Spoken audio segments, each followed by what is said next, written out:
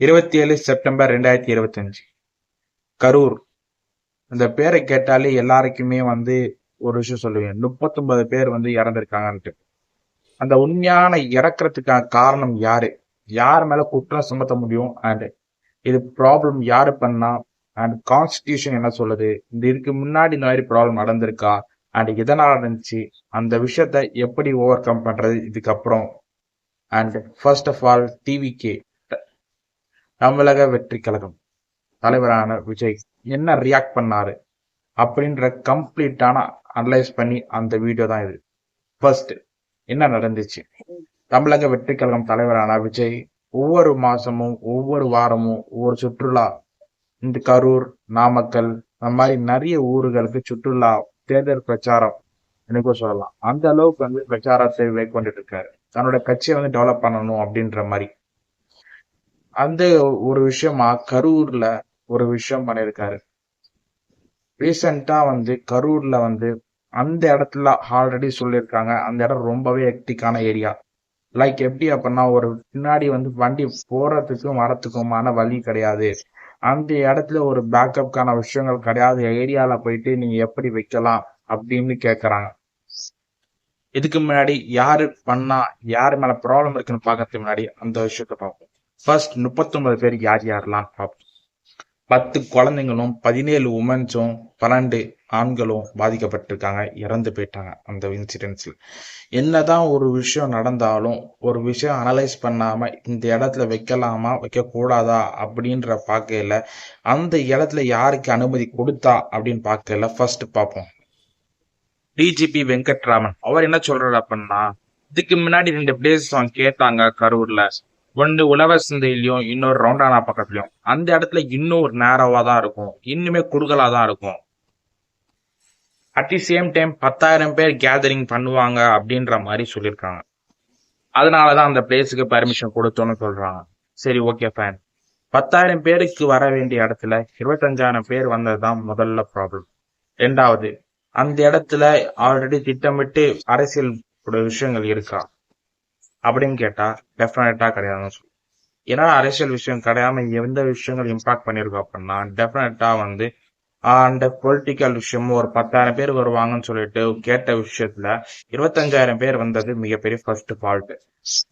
ரெண்டாவது allegation, அடிக்குவேட்டா police அங்க இல்ல, பாதுகாப்புக்கு இல்லைன்னு சொல்றாங்க. அந்த அடிக்குவேட்டான போலீஸ் அந்த இடத்துல பாதுகாப்பு இல்லை அப்படின்னு சொல்றதுல 500க்கும் மேற்பட்ட போலீஸ் அங்க போய் எதிர்க்காங்க. ஆட்டோமேட்டிக்கா இந்த ப்ராப்ளம் இன்னும் அதிகமாகும் போது இன்னும் நிறைய போலீஸ் அந்த பக்கம் இன்னுமே ப்ராப்ளத்தை கம்ப்ளீட்டா சால்வ் பண்ண ஸ்டார்ட் பண்ண ஆரம்பிச்சிட்டாங்க. அது மட்டும் இல்ல, இந்த இன்சிடென்ட்னால 89 பேருக்கு மேல நிறைய பேர் பாதிக்கப்பட்டிருக்காங்க. ரெண்டாவது விஷயம் சொல்ல போனா, இந்த இன்சிடென்ட் மாதிரியே நிறைய இன்சிடென்ட்ஸ் இந்தியாவில் நடந்திருக்கு. அந்த இன்சிடென்ட் எப்படிலாம் டேக்கிள் பண்ணாங்க ஒரு பாசிட்டிவான விஷயத்துல அப்படின்னு பார்ப்போம். ஃபர்ஸ்ட் இந்த இன்ஸ்டியூட்ல என்ன நடந்துச்சு அப்படின்னா, மெயினா ஒரு கரெக்டான டைமுக்கு இன்சிடென்ட் இந்த ஒரு விஜய் மீட்டிங் நடக்கல. அந்த மீட்டிங் வரத்துக்கு விஜய் வரத்துக்கும் கஷ்டப்பட்டாரு. இந்த மீட்டிங் அந்த இடத்துல பாயிண்ட் அவுட் பண்ணனால ஆல்ரெடி அந்த இடத்துல நிறைய எக்டிக்கான ஒரு முக்கியமான ஒரு நேரவான குறுகலான பகுதியா இருக்கு. அதனால விஜய் வரத்துக்குமே ரொம்ப கஷ்டப்பட்டிருக்காருன்னு சொல்றாங்க. அப்படி அந்த மீட்டிங் மட்டும் கரெக்டான டைம் கரெக்டான விஷயங்கள் நடந்திருந்தா இந்த சேதம் வச்சிருக்கலாம் அப்படின்றாங்க. அப்படி கரெக்டான ஒரு விஷயத்த வர முடியாததுக்கான காரணம் என்ன அப்படின்னா, ஆட்டோமேட்டிக்கலா பீப்புள் அந்த சூழ்நிலைத்தாங்க ஆல்ரெடி. அதே அந்த சூழ்நிலைனால விஜய் வராருன்னு சொல்லிட்டு ஒரு விஷயத்தினால ஏன் விஜய்க்கு இவ்வளவு கூட்டம் வருது அப்படின்னா, ஆட்டோமேட்டிக்கலா அவர் ஆக்டர் அப்படின்ற ஒரு காரணத்தினாலும், நெக்ஸ்ட் ஒரு பொலிட்டீஷியனா நெக்ஸ்ட் பார்க்கணும் அப்படின்னு காரணத்தினாலும் ஒரு டிஃப்ரெண்ட் ரோல் எடுத்ததுனால ஒரு ஆக்டருக்கான கூட்டங்கள் எப்படி வருமோ, அந்த தமிழ்நாட்டுல முன்னாடி ஸ்டாருக்கான கூட்டம் எப்படி வருமோ அந்த கூட்டத்துக்கு தான் அண்ட் இந்த அளவுக்கு கேதரிங் கிடைச்சிருக்கு. அதுக்கப்புறம் இந்த விஷயத்த தமிழ்நாடு கவர்மெண்ட் அண்ட் மற்ற பொலிட்டிக்கல் பார்ட்டிஸ்லாம் என்ன சொல்றாங்க அப்படின்னா, இந்த இஷ்யூ ஒரு நல்ல இடத்துல வச்சு ஒரு மாநாடு மாதிரி கொடுத்திருந்தாங்க. இல்ல அப்படின்னா கரெக்ட் டைமுக்கு வந்திருந்தாங்க அப்படின்னா அந்த இஷ்யூ சார்ட் அவுட் பண்ணிக்கலாம், அந்த ப்ராப்ளம் இருக்காது சொல்றாங்க. அந்த இடத்துல இன்னொரு ப்ராப்ளம் என்னன்னா, 7 மணிக்கு 8 மணிக்கு அப்போ கரெக்ட் ஆகி ஆஃப் ஆயிடுச்சு. அந்த அளவுக்கு ரொம்ப பெரிய சத்தங்கள், ரொம்ப பெரிய ப்ராப்ளம் ஏற்பட்டுச்சு. நிறைய பீப்புள் வெளியில போகாத அளவுக்கு அண்ட் போக முடியாத அளவுக்கு கூட்ட நெரிசல். அண்ட் அந்த இடத்துல ஒரு குழியில இன்னுமே நிறைய பாதிப்பும் ஏற்பட்டுச்சு அப்படின்னு சொல்றாங்க. சரி, ஓகே ஃபைன். இந்த விஷயம்லாம் நடந்த பிறகு விஜய் என்ன சொல்லியிருக்காரு அப்படின்னா, பேட்டியாளர்களிடம் பேட்டி கொடுக்கும் பொழுது வந்து கொடுக்காம எஸ்கேப் ஆயிருக்காருன்னு சொல்லி, அந்த அளவுக்கு வந்து ஒரு தலைவன் இருக்கிற அந்த டிவி கட்சியில இந்த ஒரு இஷ்யூவை வந்து பேசாம வெளியில போறது அப்படின்றது டூ செட் ஆஃப் திங்ஸ் அவருக்கு வெளிக்கொண்டது. ஒண்ணு அவர் வந்து நின்னு பேசி நான் இருக்கேன் அப்படின்னு சொல்லியிருந்தாரு அப்படின்னா அவரோட மேபி இன்னுமே அவர் செல்வாக்கு கொஞ்சம் அதிகமா இருக்கலாம். பட் இந்த இடத்துல வந்து இந்த டெசிஷன் எடுக்கிறதுனால அவருக்கு வந்து ரொம்ப பெரிய பேட் நேம் தான் கிடைச்சிருக்கு. இது ஓட்டிங்க்கும் வேல்யூக்கும் வந்து ரொம்ப பெரிய ப்ராப்ளமா ஏற்படும். இந்த இஷ்யூ வந்து அவர் பெட்டரா எப்படி ஹேண்டில் பண்ணிருக்கலாம் அப்படின்னா, அந்த ப்ரெஸ் மீட்டிங்ல வந்து நானே போய் நேரடியா இருக்கிறேன், நானே போய் காப்பாத்துறேன், நானே ஒரு இஷ்யூ வந்து எப்படியா ஹெல்ப் பண்றேன் அப்படின்ற மாதிரி விஷயங்கள் கொண்டு வந்துருக்கலாம். எதனால அவரால் பண்ண முடியல அப்படின்னு பார்க்கல. எனக்கு ஏதாவது இஷ்யூ, விஜய்க்கு ஏதாவது இஷ்யூக்கு வந்துருமோ, லைக் எப்படின்னா அந்த பீப்புள் வந்து நிறைய பேர் இறந்துருக்காங்க, அவங்களோட பேரண்ட்ஸும் அவங்களோட ஃபேமிலி மெம்பர்ஸும் ஏதாச்சும் பண்ணிடுவாங்க ஒரு விஷயம் அப்படின்ற ஒரு ஃபியர்னஸ்னால தான் கம்ப்ளீட்டா பண்ண முடியல. பட் இதுவே வந்து விஜய் வந்து அந்த இடத்துக்கு போயிட்டு ஒரு ஃபீல்டு ஒர்க்கா பண்ண இருந்தார் அப்படின்னா டெஃபினட்டா அந்த ஒரு இந்த நெகட்டிவான இஷ்யூ வந்து ரொம்ப பெரிய நெகட்டிவா இருக்காது. கொஞ்சம் அவருக்கு வந்து விஜய் இவ்வளவுதான் ப்ராப்ளம் ஏற்பட்டா அவர் ஸ்ட்ரெயிட்டா போய் சொல்லி ஹெல்ப் பண்ணியிருக்காரு அப்படின்ற மாதிரி விஷயங்கள் நடக்கும். அவரோட வேல்யூ வந்து ரொம்ப பெரிய டவுன் ஃபால் சந்திக்காது. இதை வந்து ஆப்போனன்ட் பார்ட்டிஸான டிஎம்கே ஏடிஎம்கே அதெல்லாம் வந்து கொஞ்சம் வந்து சொல்ல ஆரம்பிச்சிட்டாங்க, பேச ஆரம்பிச்சிட்டாங்க. இன்னொரு பெரிய இஷ்யூவா மாறிடுச்சு. சரி, ஓகே, ஃபைன். இந்த விஷயத்த ஃபர்ஸ்ட் எங்க ப்ராப்ளம் இருக்கு அப்படின்னா நேரோ பார்த்து சூஸ் பண்ணாதான். அப்படி நேரோ பார்த்து சூஸ் பண்றதுக்கு வேற ஆல்டர்னேட்டிவ் பாத் இருந்துச்சு அப்படின்னா கேட்டீங்கன்னா டெஃபினட்டா கிடையாது.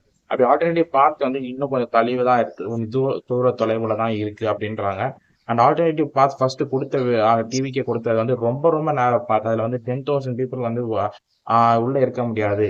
அதுக்கடுத்து ரெண்டாவது இஷ்யூ அப்படின்னு பாத்தீங்க அப்படின்னா 25,000 பீப்புள்ஸ் வந்து அந்த இடத்துல வந்து கேதர் ஆனதான். அப்படி அடிக்குவேட்டான போலீஸ் இருக்காங்க, இது பண்றாங்க அப்படின்னு நம்ம சொல்லலாம். அதை 10,000 பீப்புள் வர இடக்கும் அப்படின்னு நம்ம நினைச்சிட்டு இருந்தோம். பட் ஆனா 25,000 பீப்புள் சொன்னாங்க. ஏன் அப்படி வந்தாங்க அப்படின்னா ஆட்டோமேட்டிக்கா சொல்ல போனா அந்த ஒரு இன்சிடென்ட்ஸ் வந்து எல்லாருமே வந்து 2 o'clock நடக்கும், ஒரு 3 o'clock மத்தியானமே முடிஞ்சிடும் அப்படின்ற மாதிரி நினைச்சோம். கொஞ்சம் லேட் ஆயிடுச்சு அந்த விஷயத்துல. அப்படி லேட் ஆனதுனால இன்னும் பீப்புள் வந்து ஆட்டோமேட்டிக்கா வந்து ஆஃபீஸ் முடிச்சு வரவங்களாகட்டும், ஒரு சீக்கிரம் ஒரு பர்மிஷன் கேட்டு வரதாகட்டும், இன்னும் நிறைய பீப்புள் வந்து அதிகமாயிட்டாங்க. சரி, ஓகே, ஃபைன். இந்த விஷயம் வந்து ஹேண்டில் பண்ற விஷயத்துல இருந்து பாதிப்பு ஏற்பட்டுச்சு அப்படின்னா விஜய் அவர் வந்து இன்னும் பெட்டரா ஹேண்டில் பண்ணிருக்கலாம். ஒரு தனியா ஒரு மனிதனா வந்து நின்று காமிச்சிருந்தார் அப்படின்னா ஒரு தலைவன் அப்படின்ற ஒரு ஓட்டுக்கு வாங்குறதாகட்டும், இன்னும் நிறைய விஷயங்கள் வந்து பெட்டரான அண்டர்ஸ்டாண்டிங், பெட்டரான விஷயங்கள் கிடைக்கும். நெக்ஸ்ட் வந்து இந்த மாதிரி ஒரு அசம்பாவிதம் நடக்குமா நடக்குமா அப்படின்னு கேட்டா டெஃபினட்டா வாய்ப்பு இருக்குன்னு சொல்லலாம். ரீசெண்டா ஆர்சிபில நடந்த ஒரு நிறைய இஷ்யூ தான் இந்தியா ஃபுல்லா வேர்ல்டு ஃபுல்லா கூட பேசிட்டு இருந்தாங்க. அந்த இஷ்யூல வந்து மெயினா ப்ராப்ளம் என்ன அப்படின்னா கரெக்டா ஆர்கனைஸ் பண்ணல அப்படின்னு சொல்லிட்டு ஆர்சிபி டீம் மேலயும் ஆர்சிபியோட ஆர்கனைசர் மேலயும் நிறைய விஷயங்கள் நடந்துச்சு. பட் இந்த பொலிட்டிக்கல் பார்ட்டில என்ன ப்ராப்ளம் நடக்குது அப்படின்னா இந்த டீம் ஆர்கனைஸ் பண்ணல, இந்த விஷயங்கள் ஆர்கனைஸ் பண்ணலன்னு சொல்லிட்டு ப்ராப்ளம் நடக்கும். இந்த மாதிரி ஒரு ரேலில வந்து மெயினா வந்து ஒண்ணு பார்ப்பாங்க, என்ன பார்ப்பாங்க அப்படின்னா ஒரு பொலிட்டிக்கலுக்கு ஒரு பீப்புளுக்கு எந்த பாதிப்பும் ஏற்பட்டுறக்கூடாது. லைக் இந்த இடத்துல பண்ணாங்க அப்படின்னா ஒரு மெயினான ஒரு பாதிப்பு ஏற்படக்கூடாது, ரெண்டு பீப்புளுக்கும் ஒரு டிரான்ஸ்போர்டேஷன் ப்ராப்ளம் ஏற்படக்கூடாதுன்ட்டு. ரெண்டாவது விஷயம் வந்து டிரான்ஸ்போர்டேஷன் ப்ராப்ளம் ஏற்படாத ஆல்டர்னேட்டிவ் மெத்தட்ஸ்ல வந்து பண்ணணும். லைக் ஆல்டர்னேட்டிவும் வழிகளும் இருக்கணும் அந்த இடத்துல. அந்த மாதிரி 2 கான்ஸ்டன்ட்ஸ் இருக்கும். அந்த 2 கான்ஸ்டன்ட்ஸ் ஃபுல்ஃபில்மெண்ட் ஆகலைன்னா அப்படின்னா டெஃபினட்டா அந்த ப்ராப்ளம் நடக்கும். ஃபியூச்சர்ல வந்து இந்த மாதிரி ஒரு பொலிட்டிக்கல் பார்ட்டிஸ் வந்து 2 கான்ஸ்டன்ட்ஸ் மட்டும் பார்த்தாங்க அப்படின்னா ஆட்டோமேட்டிக்கா ஒரு ப்ராப்ளத்தையும் தவிர்க்கலாம். சரி, ஓகே, ஃபைன். இந்த ப்ராப்ளத்தை கம்ப்ளீட்டா எப்படி தவிர்க்கலாம், எந்த விஷயம்லாம் சிஸ்டமேட்டிக்கான ஸ்டெப்ஸ் எடுக்கணும், அண்ட் இந்த மாதிரி ஒரு மெத்தடாலஜியை ஃபாலோ பண்ணாங்க அப்படின்னா ஈஸியா வந்து இந்த மாதிரி ஒரு ப்ரௌட் ஃபார்ம்ல இருந்து ஈஸியா எஸ்கேப் ஆகலாம். எப்படி வந்து ஒரு ப்ராப்ளம்லேயும் தவிர்க்க முடியும் அப்படின்ற மாதிரி பார்ப்போமா. இந்த மாதிரி ஒரு இன்சிடென்ட்டை ஆல்ரெடி சால்வ் பண்றதுக்கு ஆல்ரெடி மேனேஜ்மெண்ட்ல 7 தியரிஸ் இருக்கு. அந்த தியரிஸை எப்படி வந்து இம்ப்ளிமெண்ட் பண்ணா பெட்டரான வந்து க்ரௌட் வந்து சால்வ் பண்ணலாம், இனிமேட்டு இந்த ப்ராப்ளத்துல இருந்து கம்ப்ளீட்டா வந்து ஒரு சொல்யூஷன் கொடுக்க முடியும் அப்படின்னு பார்ப்போம். இதுக்கு முன்னாடி இந்த மாதிரி இன்சிடென்ட் வந்து எத்தனை வருஷம் எங்கெல்லாம் நடந்திருக்குன்னு பார்ப்போமா. ஜனவரி 26, 29 அந்த மாதிரி தேதியில பிரயாக்ராஜ் மகா கும்பமேளா டைம்ல வந்து ஒரு 30 பேர் கிட்ட இறந்திருக்காங்க. அதுக்கப்புறம் டெல்லியில ரயில்வே ஸ்டேஷன்ல வந்து 30 பேர்கிட்ட இறந்திருக்காங்க பிப்ரவரி மந்த்ல. ஜூன் 4ல ஆர்சிபியோட பரேட்ல ஒரு 11 பேர்கிட்ட இறந்திருக்காங்க. சிமிலரான இன்சிடென்ட்ஸ் வந்து கோவாலையும் இந்த மாதிரி ஒரு சில இடத்துலையும் க்ரௌடு கேதரிங்னால நிறைய பீப்புள் இறக்குறதும் நிறைய பீப்புள் வந்து ப்ராப்ளம் ஃபேஸ் பண்றதுமா இருக்காங்க. இது எல்லாமே ப்ராப்ளம் எங்க இருக்கு அப்படின்னா ஒரு க்ரௌடை வந்து மேனேஜ் பண்ணாததான் ப்ராப்ளம். அந்த க்ரௌடை எப்படி வந்து இனிமேட் ஒரு விதமாக பெட்டரா எப்படி பிளான் பண்ணணும் அப்படின்றதும் நான் சொல்லித்தரேன். அண்ட் இந்த க்ரௌடை எப்படி வந்து டேக்கிள் பண்ணணும் மேனேஜ்மெண்ட் விஷயமா அப்படின்னு பார்ப்போம்.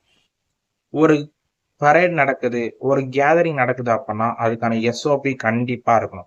அப்படி இந்த பரேட்லயும் இந்த ரீசெண்ட் நடந்த இன்சிடென்ட் பரேட்லயும் எஸ்ஓபி இருக்கா அப்படின்னு கேட்டா டெஃபினட்டா கிடையாது.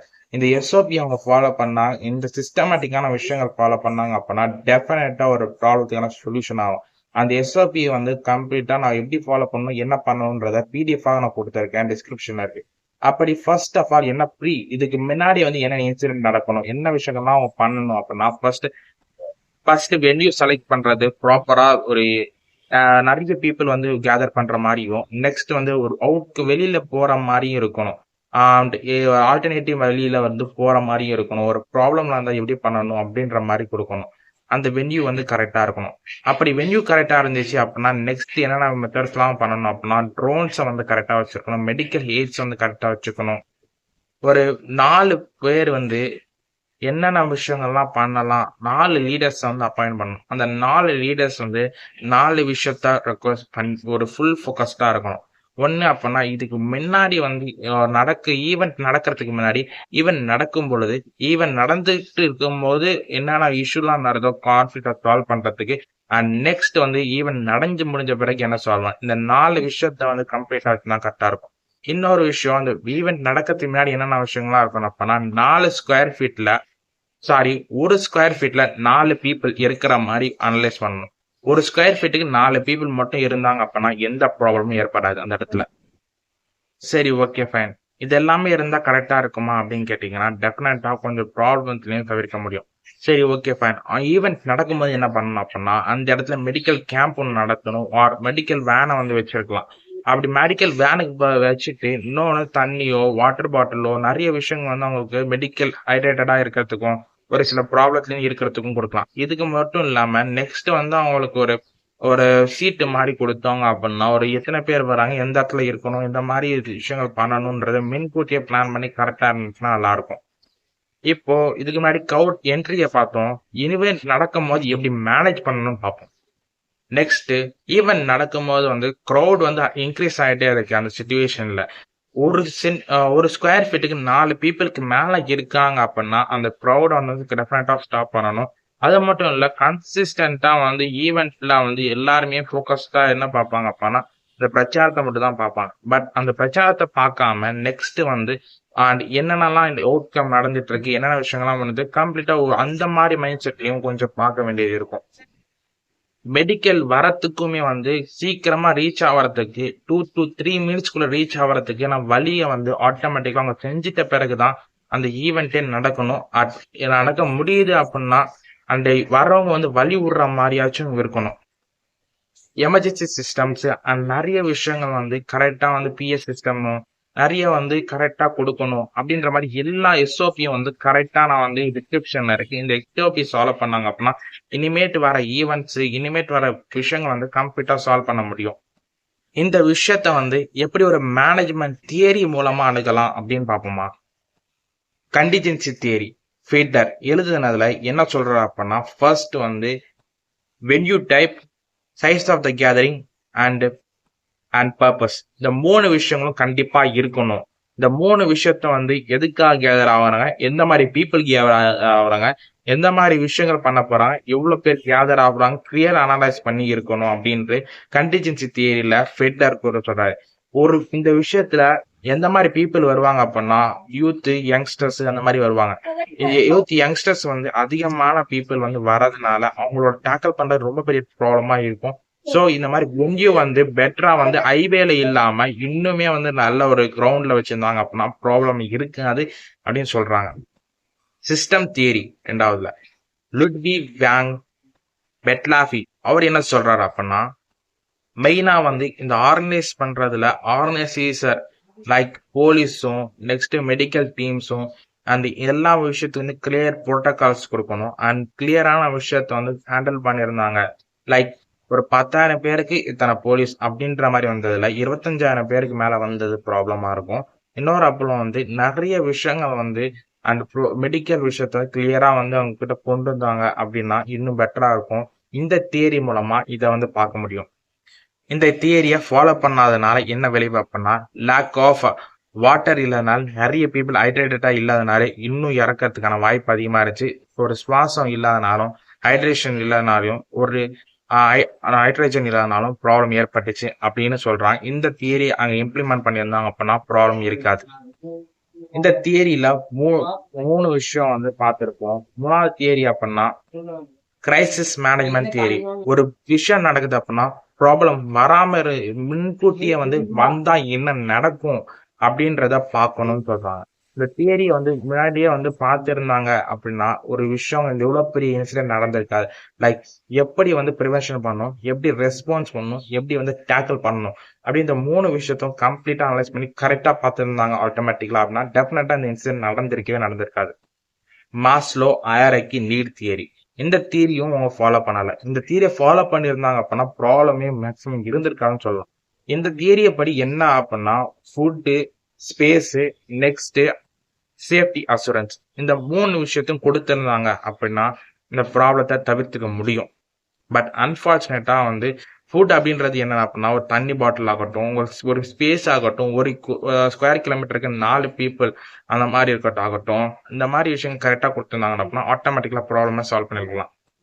குயிங் தியரி. இந்த தியரி என்ன சொல்லுது அப்படின்னா ஒரு என்ட்ரி கேட்டும் இருக்கணும், எக்ஸிட்டும் இருக்கணும். அப்படி ஒரு என்ட்ரி கேட்டும் என்ட்ரி எக்ஸிஸ்டும் இல்ல அப்படின்னா ஒரு ப்ராப்ளத்துக்கு வழிவகுக்கும் அப்படின்னு சொல்லுது. இந்த தியரி படி அவங்க வந்து ஒரு என்ட்ரி கேட்டும் ஒரு எப்படி வெளியில போகணும், எப்படி உள்ள வரணும் அப்படின்ற மாதிரி கிளியர் கட்டா ஒரு என்ட்ரி விஷயங்கள் வந்து கரெக்டா பண்ணிருக்கலாம். ஒரு ஒரு கிளியரா ஒரு டிக்கெட்ஸ் ஆல்ரெடி முன்னுக்கூட்டியே கொடுத்துருக்கலாம். இந்த மாதிரி ஒரு விஷயங்கள் பண்ணியிருந்தாங்க. இனிமேட்டு வரது பண்ணாங்க அப்படின்னா ஒரு ப்ராப்ளம்லையும் தவிர்க்க முடியும். ஆர்த்தோன் ஸ்டடிஸ் கிளியர்கா கைடன்ஸ் கொடுக்கணும். அது மட்டும் இல்ல நிறைய பீப்புள் வராங்க. அவங்களோட எம்பத்தியா நம்ம என்ன கஷ்டப்படுறோமோ, நம்ம என்ன மாதிரி ஃபீல் பண்ணுவோம் அந்த இடத்துல, அந்த மாதிரி ஒரு இன்சிடென்ட்டை அவங்களோட விஷயத்த கொடுக்கணும். லைக் மத்தவங்க வர்றவங்க எல்லாருமே வந்து மத்தவங்க எவ்வளவு கஷ்டப்படுவாங்க, நம்ம அவங்க மிதிச்சு ஏறனா என்ன பாதிப்பு நடக்கும் அப்படின்ற மாதிரி கிளியரா வந்து கைடன்ஸ் கொடுக்கும். கைடன்ஸ் கொடுக்க முடியல அப்படின்னா அந்த இடத்துல ஒரு ஆர்கனைசேஷன் ஆர்கனைஸ் பண்றவங்க வந்து அந்த மாதிரி ஒரு கைடன்ஸ்ல ஹெல்ப் பண்ற மாதிரி மென்டாலிட்டியும் ஒரு ஒரு எடுத்து சொல்ற மாதிரி ஒரு விஷயங்களும் அவங்க ஹெல்ப் பண்ற மாதிரி இருக்கணும் அப்படின்னு சொல்றாங்க. அந்த விஷயங்கள் இருந்துச்சு அப்படின்னா இந்த ப்ராப்ளம் மேக்சிவான ப்ராப்ளம் தவிர்க்க முடியும். ஹை ரிலையபிலிட்டி தியரி படி பார்த்தோம் அப்படின்னா நிறைய பீப்புள் வந்து ப்ராப்ளத்தை வரத்துக்கு முன்னாடியே கண்காணிக்கணும். அண்ட் கண்காணிப்பு அப்படி அனலைஸ் பண்றது என்னென்ன ஏறிட்டு இருக்கு, எதனால ஏறுது, என்னென்ன நடக்குது அப்படின்றத ப்ராப்பர் ஐடென்டிஃபிகேஷனோட ஐடென்டிஃபை பண்ணி ஒரு அனலைஸ் பண்ணாங்க அப்படின்னா இந்த ப்ராப்ளம் ஏற்பட்டிருக்காது அப்படின்னு சொல்றாங்க. சரி, ஓகே, ஃபைன். இந்த தியரியும் இந்த எஸ்ஓபியும் மட்டும் ஃபாலோ பண்ணாங்க அப்படின்னா டெஃபினட்டா எந்த கேதரிங்ல இருந்தும் எந்த விஷயங்கள் பண்ணாலுமே டெஃபினட்டா அந்த ப்ராப்ளத்தை சால்வ் பண்ண முடியும். அண்ட் இது வந்து மிகப்பெரிய ஒரு நல்ல விஷயங்களா அமையும் ஃபியூச்சர்ல.